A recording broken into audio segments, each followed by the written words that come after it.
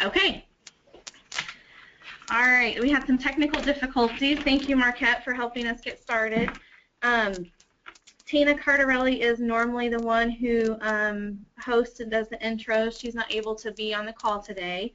My name is Crystal Fowler, and I am the breastfeeding coordinator for the Indiana WIC program at ISDH. Some of you were on the call in April and heard our presentation then. It was more of a community-based call. This time we'll focus more on the clinical side. I'm excited to speak to you again, but for those of you that were unable to attend the April call, I'll give a little bit of background on myself and WIC. We have had a couple speakers that you're going to hear from today and talk more about WIC in the hospital environment. Hopefully we'll have a time at the end for a few questions. If not, I will have my email information up and you can contact me directly. We will also spend a little time with some information for the 2 hospitals that are on the call today and the WIC offices that are on the call today. I'm a nurse, and I came from a hospital in the Indianapolis area as a postpartum newborn nursery nurse and a lactation consultant for the past 12 years. That's where my experience was. I started this job in October of last year, so I'm getting close to being here for a year. As a hospital person, I understand that there is a little bit of a gap in the communication and the understanding of what WIC does and what the hospital does, so kind of both ways. And so I am working to kind of improve some of our communications with our hospital systems, as well as look internally at our WIC system and working with our WIC team on how we can improve lactation services. We have spent some time reviewing and updating policies, reevaluating how we approach things, and just going through some business and outreach training that we'll touch on here in a minute. I hope that you see over the next 6 to 8 months an increase in WIC presence in your healthcare facilities or environments. And some of the slides that we kind of touch on today are topics or information that I thought might be informative to those of you in the hospital environment that I was not aware of when I came on board. So we will get started. I have my WIC director here with me as well, who has been very supportive, and she was on the call last time, so some of you have already heard from her, but I will let her introduce herself for those of you that don't know. Good afternoon, this is Sarah Renner, and I'm the state's WIC director. It's great to be with all of you, and I really am looking forward to watching partnerships develop, those that don't maybe currently exist and those that will be enhanced in the future. So I really appreciate the opportunity to think about how WIC can be a support mechanism for you as it relates to education you may need, but also as a mechanism of support for clients as it relates to nutrition education and breastfeeding.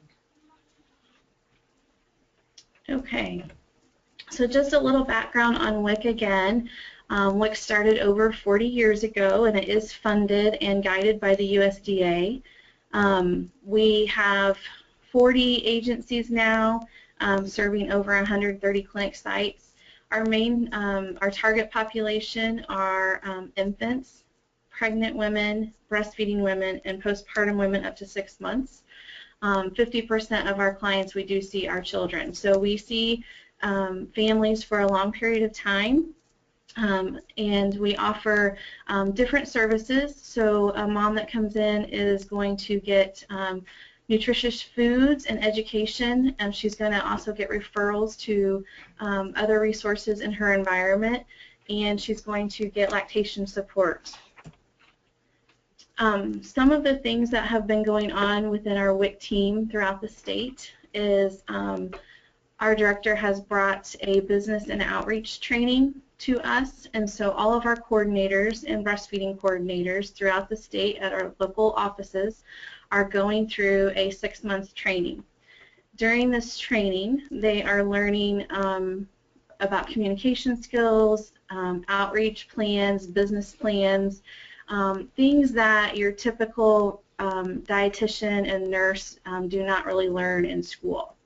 And so throughout this process, they are going to be able to assess the needs of their community partners, and that includes their healthcare providers in their area and any other valuable team players. So we hope that after this training is completed in January, you will start to see more WIC presence in your community, and that might be an email, a phone call, a conversation to just kind of see how WIC can partner with you and to help, be on your team. One of the things that I thought was interesting is why does one WIC clinic look a little different than another WIC clinic, even though we are all in the state of Indiana funded by the same money. And as I have been here and learned more and more, I understand a little bit more about the system, and I thought you might like to learn a little bit more about how this is set up. So each WIC agency or clinic is managed or overseen by a sponsoring agency. So sponsoring agencies could be a health department, it could be some kind of hospital system, some kind of community action program. So there's kind of various different agencies that our WIC clinics are housed in. They still have to follow the USDA and state guidelines for the WIC program, but the agency might have different rules and policies that the WIC staff also has to abide by. And so that's one of the reasons you're going to see one WIC program look different in one community versus another. Their staffing is by caseload, so depending on how many infants, pregnant women, children they serve, that's going to determine how many staff they have in a certain clinic. There is a clinic in every county, but several, we have some agencies out there that oversee multiple clinics or maybe even oversee multiple counties, and they're sponsored by the same agency. So I think that kind of makes things confusing sometimes if you don't understand how it works. One of the things that is also unique that I think I did not understand in the hospital environment is that clients do not necessarily have to go to the WIC clinic in the county that she lives in. We certainly would encourage her to pick a clinic and stick with a clinic so she's not hopping back and forth, because that can create some just headaches in the clinic environment, but she does not have to go to the clinic that is necessarily in her county.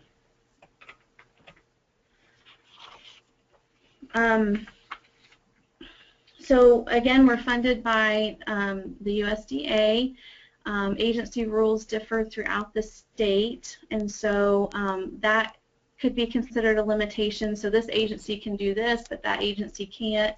And so that's another reason why you might see a varied look or appearance in the community.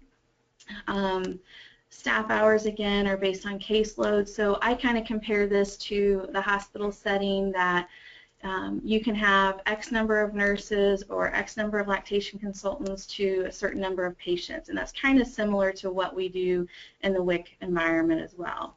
One of the other limitations that we have is we can only help the moms that come in or hear about us. So if they don't know about us and they have never had any interaction with WIC or what WIC is, we can't serve those clients. I thought I would give you a brief overview of what a visit looks like and how often they might come into our clinics. So that initial certification would be the first visit that a mom or a child has. Typically, a prenatal or postpartum mom is going to come back perhaps a little bit more often. We're hopefully going to see that postpartum breastfeeding mom within a month if possible, but if she's doing well, we may not see her for 3 months. Most of the clients are going to come in every 3 months for check pickup and some kind of nutrition information.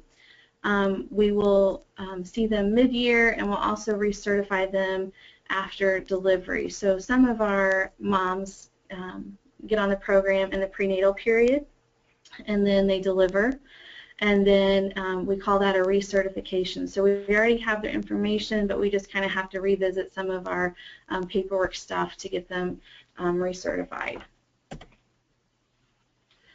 A mom is going to come to the clinic unless she's delivering in a hospital where there's WIC certification on site. She's going to visit with the clerk first and provide her necessary paperwork. She's going to give some basic demographic information, and then she's going to see our CPA. And our CPA is either going to be a registered dietitian, a nutritionist, or a nurse. She's going to give a brief health history, get a nutrition assessment, and then if she's breastfeeding, she'll get a lactation assessment as needed and also get referred on to our peer counselor. She's also going to get a food package, and that's going to depend on what's going on, whether she's in the prenatal, postpartum, breastfeeding phase, or whether it's a child or infant. She's also going to learn how to use those vouchers at the stores, and that's sometimes an overwhelming process. So they do get time with the CPA to learn how to use those. She'll get other referrals as needed, and then she'll come back to see us in about 3 months unless she needs to come back sooner.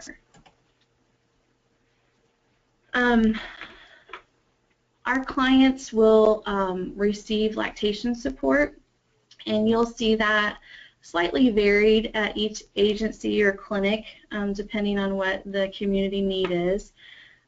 We offer infant feeding classes, which might consist of some baby behavior stuff as well as some breastfeeding. We will offer, breastfeeding and nutrition education. She should get a peer counselor, and that peer counselor is just going to be her support system throughout this breastfeeding process. Many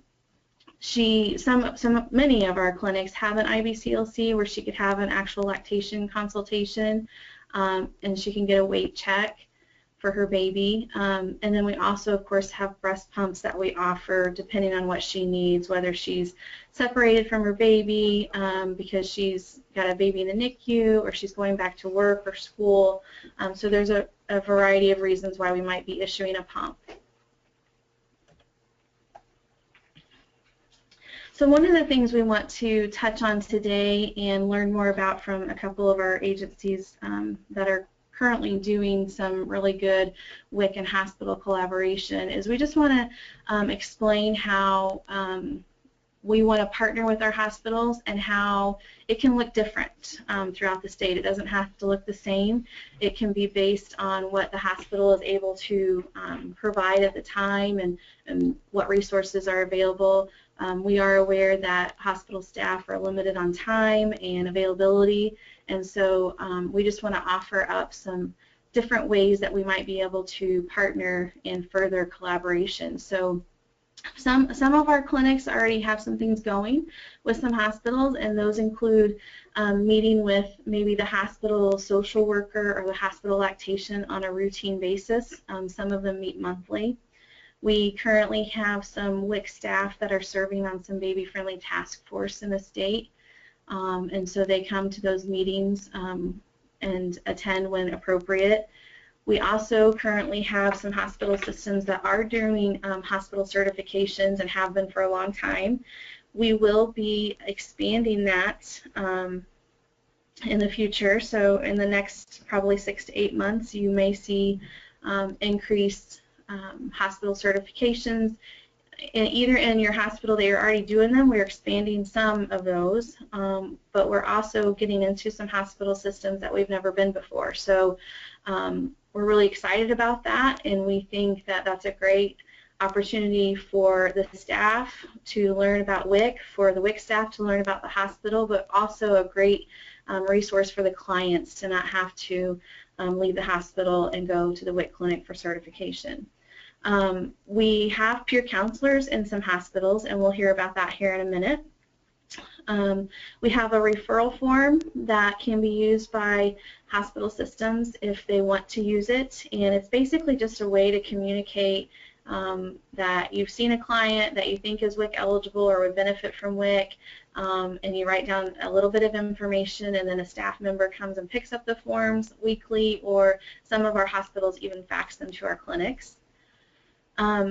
Some of our areas have spent time with a nurse navigator or, again, a social worker type person, case management person that sees our moms routinely, and so we've spent some time informing the nurse navigators of what WIC does, how they can connect clients to WIC, what resources we have, and so sometimes she's that front line for us and gets clients in our doors. We've also expanded the opportunities to collaborate with hospitals that maybe want to partner with a support group, or maybe we just come and speak to a prenatal class that the hospital offers and speak for 10 or 15 minutes about WIC and that type of thing. So we can be creative here. We don't have to be boxed in how we collaborate, and every community is different, is going to have different needs. Some of the benefits we think could come from collaboration is helping the hospitals improve their MPINC scores, where it talks about discharge planning and just making sure that WIC is at the table and available, and there's good communication with the WIC team. Also just kind of improving continuity of care from the hospital to the WIC clinic. So we know when mom leaves your doors and you've cared for her that we want to help her get transitioned to home and maintain exclusivity, maintain duration, and just help make sure we're meeting her needs just like you did in the hospital. So one of the things that we know the hospital systems are looking at is exclusivity, and we here at WIC have just recently started to look at exclusivity at 3 months. So we know that's a big task, and we know you guys are working hard, and that's a big goal. It's a big goal for us. So one way that we think we can help is with our peer counselors. Our peer counselors have been in some of the hospitals, and they have a little bit more time to spend with those moms, just kind of being their cheerleader and telling them they can do it and they're doing a great job. Because I know as a bedside nurse and lactation consultant, you just can't see everybody and spend an hour or whole feeding with every mom. You just don't have the time for that. We think that clients will succeed in meeting their lactation goals, and we can offer those support services like pumps and peer counselors. And then another thing is we also do provide referrals to many places, but some of the things are healthy families, nurse-family partnerships, and smoking cessation. This slide probably should have been a little earlier, I apologize, but this just talks about the type of staff that could be in a hospital environment from the WIC team. So the CPA that I referred to earlier, that just means a competent professional authority that that WIC has defined as a dietitian or a nurse, basically. And so this is the person that would actually do certifications in a hospital environment. Our hospital CPAs are going to outreach and business training as well. And she's typically going to have some lactation training, either a 5-day, some of our hospital CPAs are IBCLCs, but most of them have at least attended a 5-day course. The peer counselor, or PC as we call them often, is typically going to be a former WIC mom. She's going to have breastfed a child, and she's going to have gone through our training. So most of them have also attended a 5-day. We have some really strong educated PCs in Indiana. Many of them are IBCLCs, but that is not the standard that they have to go be an IBCLC, but they do have to have some lactation training. So we have a couple of speakers on today that have been generous with their time. We have a great collaboration effort going on in Bloomington. Of course, Bloomington's kind of a unique place, but we have Robin Lemieux, who is our breastfeeding coordinator at our WIC office in Bloomington. And then Heidi could not be on the call today. However, she did give us some information to share. And she is the hospital lactation consultant and nurse that works at Bloomington Hospital. So I am going to try to hand this over to Robin for her to talk about how they got their PC in the hospital, some of the hurdles they had to overcome, and then I have a few notes from Heidi that I can share. Can everyone hear me? I've been having some technical difficulties. I can hear you, Robin. Okay, good.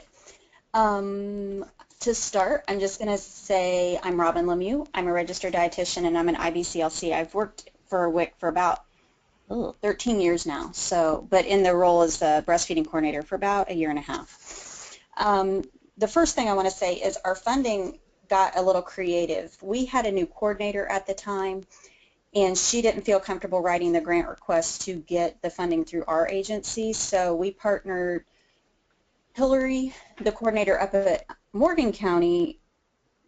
We had wanted this, having a PC in the hospital, we had wanted this for a while, and so she kind of worked with us to get that to happen. So the funding actually came from Morgan County, which was a little unique. Originally, our funding for our peer counselor that's at IU Health Bloomington was for 15 hours a week, and it's just taken off from there. We did have to get things set up within the hospital. Monroe County already had a really tight relationship with our hospital LCs. We were getting referrals from them. We were doing a lot of phone calls back and forth, making sure moms who are leaving NICU or leaving the hospital, moms that needed pumps got pumps. A lot of that was really more critical before Affordable Care Act came into play, but we still had that relationship with them. They actually had a referral form for us. So if they knew a mom was on WIC in Monroe County, they sent a form that said mom had the baby, and just some brief explanation of how things were going with breastfeeding. So we had that in place for a long time. So when we went over and pitched our idea of having a peer counselor in the hospital, it was a pretty smooth transition for us. It was tough to nail down the director. She's very, very, very busy. So after a little bit of time and we couldn't get things set up, she had us talk to the unit manager of the mother-baby unit, and we got that set up, and she was so excited. We had no resistance to getting our peer counselor in the hospital. It was kind of funny because she wanted us to start the next week when we pitched what the peer counselor was going to do. But we did run into some HR hurdles, and I'll talk about that here in a minute. One thing that was requested is that there be a memorandum of understanding in place for the peer counselor, just so that there wasn't any scope of practice issues between the breastfeeding peer counselor. They didn't want the breastfeeding peer counselor acting as a lactation consultant. So there was a very specific memorandum of understanding as far as what the PC was going to do. And if you guys need a copy of that, Hillary in Morgan County has the electronic copy of that statement. Let's see, what else can I talk about? So there was a lot of hoop jumping as far as human resources was concerned. We were under the impression that since Morgan County and Monroe County was both an IU health facility, that the HR piece wouldn't be difficult, but we thought wrong. So that took 6 weeks, 8 weeks to get all that stuff ironed out, which was kind of goofy to us, but it is what it is. And so we had to have our peer counselor, who was already on staff at Monroe County, she had to go through a background check and some orientation stuff just to basically do it. It was really goofy. I won't go into all of it. Then it had been a while from the time the grant started, from the time the PC started, at the hospital, so we did have some money, and so we did have some money there, and a second PC, who was the Morgan County PC, peer counselor, she came down and did some hours too, and that was kind of nice because that gave Whitney, our peer counselor that's at Bloomington at this point, that gave her another person, just some cross-training opportunities for the Morgan County peer counselor, who is Angela, and it just gave it to where there was some backup there for Whitney in case like she needed a day off or things like that. So it was good to have that second person in place. I would say as far as benefits for WIC, as far as our county is, we are seeing longer breastfeeding duration for our clinic. We see problems being identified, like Whitney, she kind of catches a lot of problems and she's able to follow up with those moms quicker. We are able to get, we are a regional hospital, IU Bloomington is, and so she's able to turn that information for those moms that deliver in other counties but they come to our county to deliver. She's getting that information on those moms to other counties. For instance, in Bloomington, we do deliver a lot of Lawrence County moms, and so Whitney contacts the peer counselor down at Lawrence County and lets them know. That way we're not waiting until that mom calls the WIC clinic to make her first appointment before we're finding out, oh, she's having some breastfeeding problems. And a lot of times by the time they call WIC, they've already stopped breastfeeding. So we are catching a lot more and increasing our duration because of that. The other thing that's been nice with Whitney being in the hospital is with her being there, she's already establishing that face-to-face relationship with those moms, so that when she's calling and texting to follow up, a lot of times she's getting more calls and more texts for help because she's got an established relationship with her. So that's helped us a lot. And because we are a regional hospital, again, we are seeing some caseload increases. I would say that just from the initial spreadsheets that I've seen, 20% of the moms that our PC talks to in the hospital, whether that's Whitney or Angela, we are seeing about 20% of those moms who are not on WIC currently, whether they've gone inactive into the WIC system or whether they were eligible but never got WIC benefits. So that's really helped us a lot, is she's catching a lot of those moms that may not have thought about WIC otherwise, and then she's helping them get the appointment set up, going through what they need to bring for their first appointment and that sort of thing. So it's been very, very, very helpful for us. And then what else? Oh, and Whitney did mention that one of the things that she sees that's a benefit for her is a lot of times our clients in the hospital are very nervous about telling somebody in a white coat something, but they're more open with her. So a lot of times they were afraid to say that this was going on with breastfeeding in the hospital to the staff, but they might say something to her, and she's doing a lot of bridge gap, if you will, with the lactation staff and the clients, and that's helped a lot. So I think that's about all I have, Miss Crystal. I can't speak for Heidi, but it's been very beneficial to us. I have some notes that Heidi has shared, and Heidi is the hospital person, the RN and IBCLC at the hospital, and she just mentions that in the beginning that the staff was a little uncertain of what the PC would do and kind of what her background, her knowledge background was, but once they met her and got to know her, they felt like it went very well. So what the PC does is she comes in, and they've worked out the system here at Bloomington to print off a census sheet for the day, and that's how she knows who to see. So she's able to see if they're already on WIC, or I guess the nurses are pretty good about asking if the mom is on WIC or wants to be. And then also they've worked out a system where the peer counselor leaves some WIC information for the unit in case they come across a mom when the peer counselor is not there. Heidi feels that the hospital has benefited, that the lactation staff actually have more time to see more complex cases, and the PC is spending the time kind of cheerleading those moms who really don't need a lot of lactation consultation, but they just need a cheerleader. They need someone to remind them that they're doing a great job. And she says that several of the mothers have voiced that the peer counselor has either helped them with breastfeeding or helped them get a WIC appointment sooner, and so that they're all set before they leave the hospital. And she just feels like the moms are happy with the extra supports that they have been given.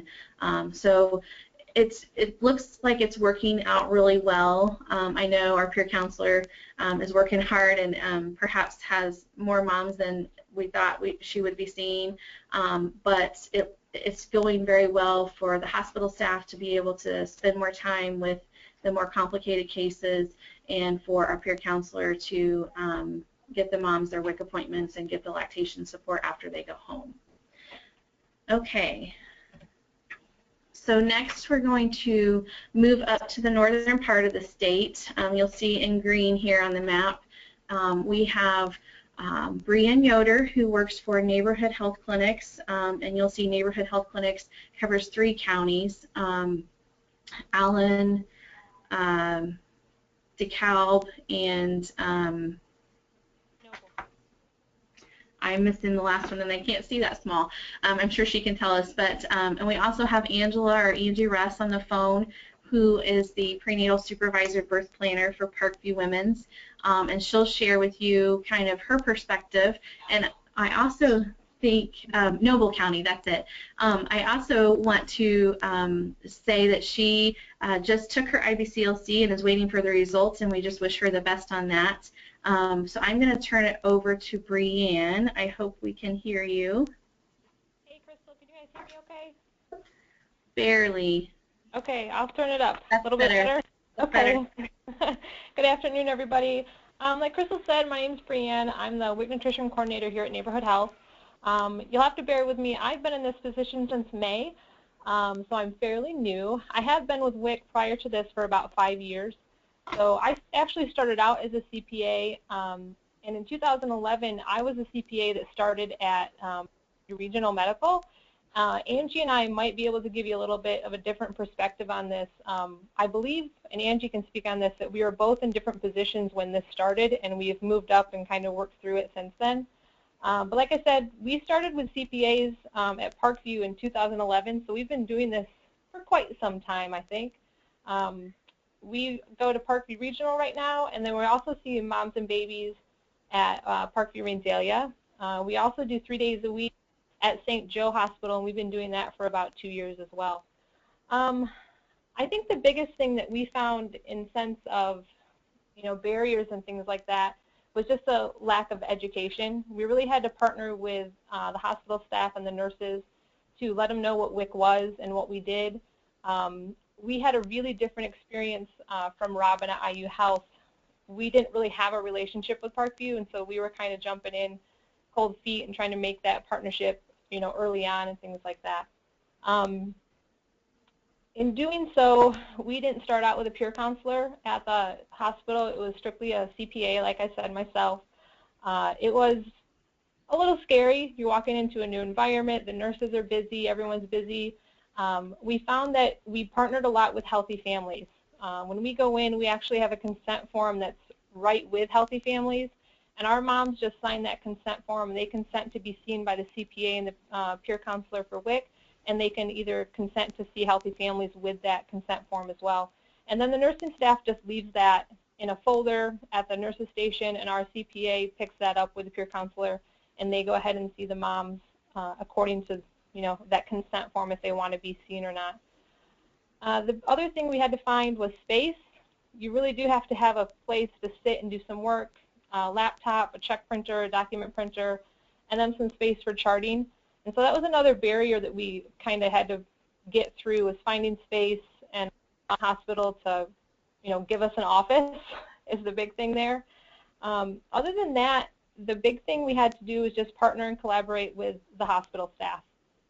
getting together a lactation team, letting them know what the PCs were all about, what the CPAs were all about, what they wanted to do, and then just to make sure we were all on the same page. We really found that the more time we spent with the lactation team and the nursing staff and the more communication we had with them, the easier that transition was and the better relationship we started to build there. We also found that the nurses and the lactation team really liked us there, mostly because we had a lot of flexibility in our schedule, when we could be there and when we could go back to see moms. As a CPA, you really start to prioritize your mothers.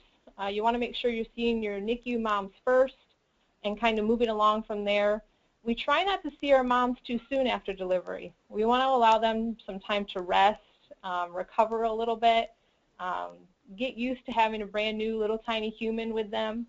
And so we like to time that a little bit so they're ready to see us, they're ready to talk to us, they're not too tired, they've had some food in them.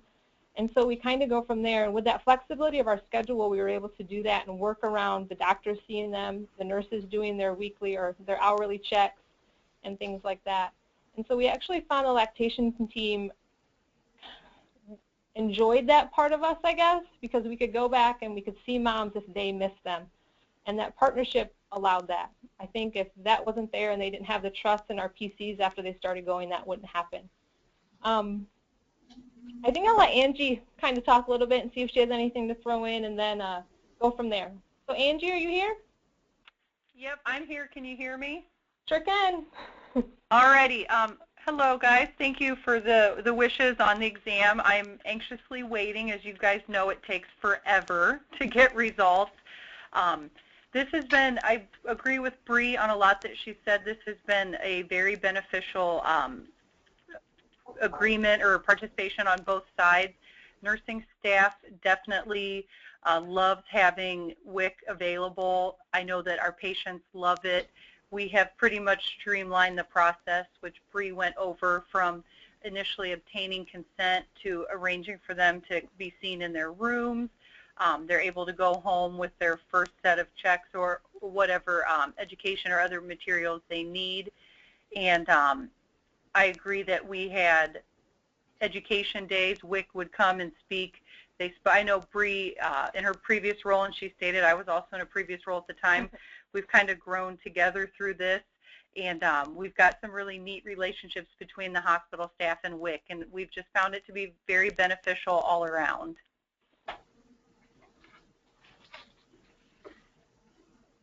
That sounds about all. Crystal, did you have any additional questions that you kind of wanted us to answer in reference to the CPAs being up at the hospitals or anything? I don't right now. We'll see if we have a few minutes at the end for questions, Okay. which we are pretty close here. So I'm going to leave this slide up here. I talk about this everywhere I go. This is our microsite. So I think this is helpful for anyone, but I think it is nice for hospital people or doctors' offices because it keeps you from having to carry around paper. So you can text INWIC to 80464 and you will get a link to a microsite, and on the site it will have WIC clinic phone numbers, it will have eligibility information, and so many times one of the questions is, well, how do I know if a client is eligible for WIC? Instead of memorizing everything, you can just go to this microsite and pull it up on your phone if you have a smartphone to provide that to clients that need that information. So do we have time, Marquette, for questions? Well, maybe I'm... Okay, hi Crystal. Sorry, I was muted. I had to unmute myself. Yeah, we have about 15 minutes, so. Okay. And will those questions come to you? So if you look at the bottom of your dashboard towards the bottom, there's questions that you can click on and you can see when they come through. So.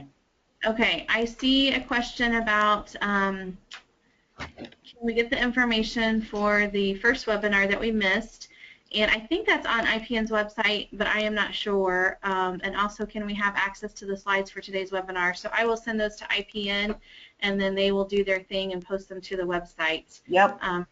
For you guys to see. And then also, maybe while we're still getting a few questions coming in, I thought I would mention, I think Tina would want me to mention the upcoming breastfeeding conference that is Overcoming the Barriers of Disparity, November 13th at IU Methodist. And then Sarah is going to mention another conference coming up real quick while we're waiting for some more questions to come in. You may be aware that Indiana is, or the health department is hosting an infant mortality summit. I think this may be our 3rd year, and the date for that summit is November 6th. It's a Friday. It will be in downtown Indianapolis. It's a full-day event. I want to provide you the link to the website for registration and further information. It's www.infantmortalitysummit-indiana.org. So again, it's www.infantmortalitysummit-indiana.org, and all of that is one word. If you're interested in attending, you'll notice that there are speakers in the morning that will focus on health disparity, and it will be sort of a TED Talk format. In the afternoon will be breakout sessions, and many different topics will be covered. There are tracks that surface as it relates to areas of interest, so you'll see that there is a social work focus or a public provider focus, and there's a medical focus. There is a session just for WIC staff. You'll see that as well. It's not open to other participants, but the afternoon sessions they look really helpful. I'm learning that sometimes nurses have to pay for things on their own dime and take days off.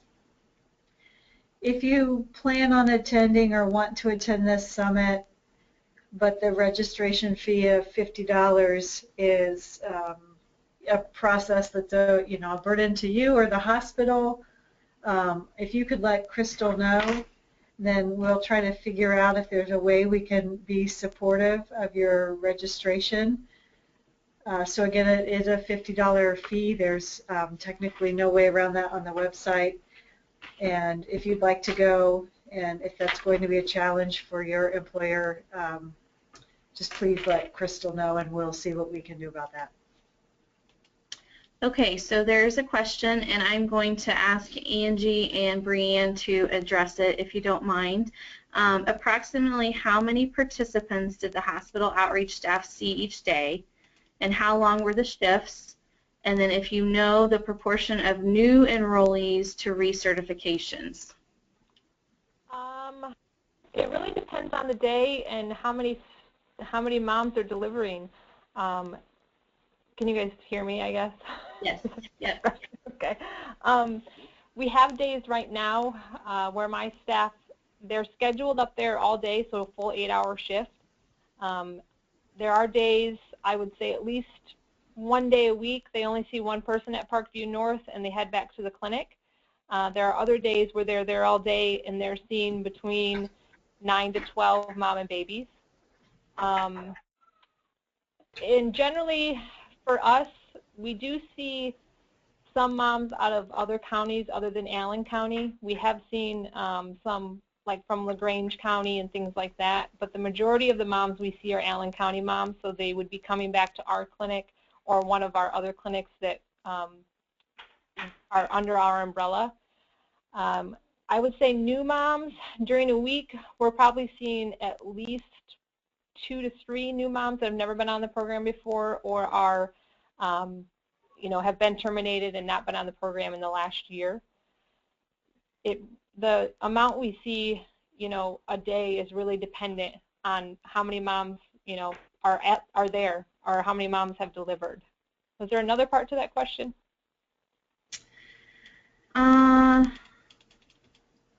I think you got it. Shifts, hours, how long were the shifts each day? I think you're going to see that vary everywhere.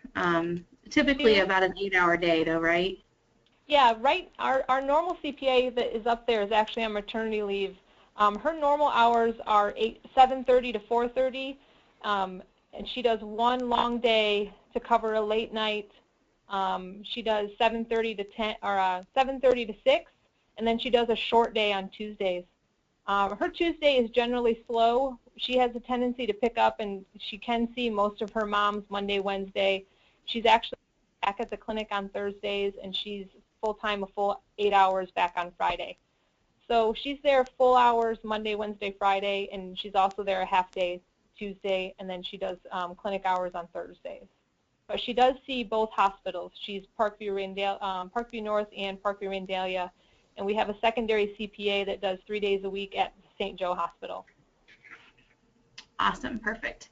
I think you're going to see the schedules vary everywhere. Some of that depends on how many hours the CPA actually works in a week, and some of it is dependent upon the hospital environment. Most places are busy on Mondays and Fridays, and but that might vary in different places, so staffing will depend. The next question is, do you have any experience working with community-based organizations and local providers such as pediatrics besides the hospitals? And I will tell you that that is a pretty exciting question, because we are definitely being creative now and thinking outside the box, and so we are interested in collaborating with family practice, pediatrics, OBGYN offices, and that's going to look different. And so one area we're kind of piloting after October 1 is we have a peer counselor that will be going to an office and spending some time, I think once a month or every 2 weeks, and that might be to see some clients or give information to clients, and also it might be to offer some education about WIC services, about what we do, how we can help clients, and then also some lactation education opportunities. So let's see. Crystal, how would you recommend? Can you hear me? Yeah. Yes. We are down in Greene County, our other clinic. We are doing that after October 1st. We're going to a pediatrician's office, and we're starting a breastfeeding support group through the pediatrician's office down there, just to see how that goes. So that's how it looks like. So it can be even a support group. So I just wanted to throw that out there. Thank you. Yes, thank you. Next question is, how would you recommend that community organizations approach their local WIC offices for partnership? So good question. If you don't know who your local WIC contact is, you can always email me and I can connect you. Some of you already have a relationship with your local office. Some of you maybe have had conversations in the past, but for whatever reason on both ends, communication never went too far. And so feel free at any point in time to reach out to your local WIC clinic. A good way to start is by going to our website or to the microsite, and you can find all the local clinic information. But you certainly can contact me, and I can connect you with the WIC coordinator and or the breastfeeding coordinator. And those two roles in the WIC environment are going to be the ones that are more in charge of outreach for the most part. Please restate where we can get a copy of the MOU for peer counselors to work in the hospital. It's Robin again, Crystal. I can just get back to you, and then Robin. you can do whatever. I think if you are truly interested in that, yeah, just contact me directly, and I can provide you what Robin gives me. staff does not necessarily go every day. That's kind of local agency to hospital decision, and so it depends on the availability of the WIC staff. So again, like we talked about, caseloads are different throughout the state, so staffing is going to vary throughout the state. And not every clinic or agency is going to be able to offer, you know, time to round on clients each week. However, that is a discussion that you can have with your local WIC clinic to see what their limitations are. But there certainly can be some level of collaboration, whether it's, you know, just touching base weekly or monthly, or letting the WIC clinic know when there's a mom that needs help, or maybe needs a breast pump before she's discharged and she's already certified, those types of communications. Okay. I'm trying to read through these questions. I'm sorry.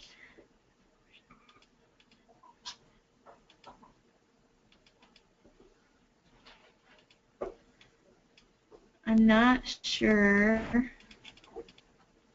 I understand this question.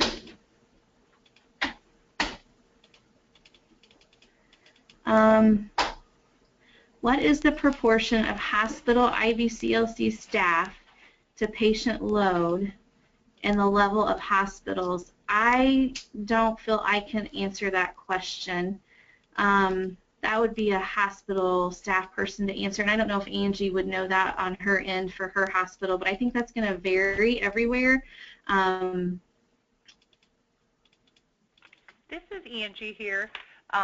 For Parkview Regional Medical Center, we average somewhere between 200 to 250 births a month. Our Randalia campus probably averages 35 to 45 deliveries a month. We have one lactation nurse that is at the Parkview Randalia campus. She is a kind of a hybrid position. She's part birth planner, part lactation, and she's a .8 status, so that's 32 hours a week. Not all of those are lactation duties. Here at PRMC, we're in the process of hiring more lactation staff to get up to the perinatal levels of care that are starting here in Indiana. We currently have 3 full-time, either .8, .9 lactation staff, and we have 2 more lactation staff in the onboarding process here. Our nursing manager is also an IBCLC, and we do have a couple staff that are either CLCs or IBCLCs as well. So we probably have a pretty good amount of lactation hours, but we're still trying to beef it up with the addition of more staff. Thank you. Okay, I think we have covered the questions and just in time. So if anybody else has any more questions, I will leave this screen up for the last few minutes here. I want to say thank you to Parkview, to Bloomington Hospital, for Angie and Heidi taking time out of their schedule to speak with us, and also to my breastfeeding coordinator and nutrition coordinator, Brianne and Robin. I hope you guys found this informative. If you have questions, please don't hesitate to reach out to me. My email is there on the screen, crfowler@isdh.in.gov. Thank you to IPN for having us on the call today.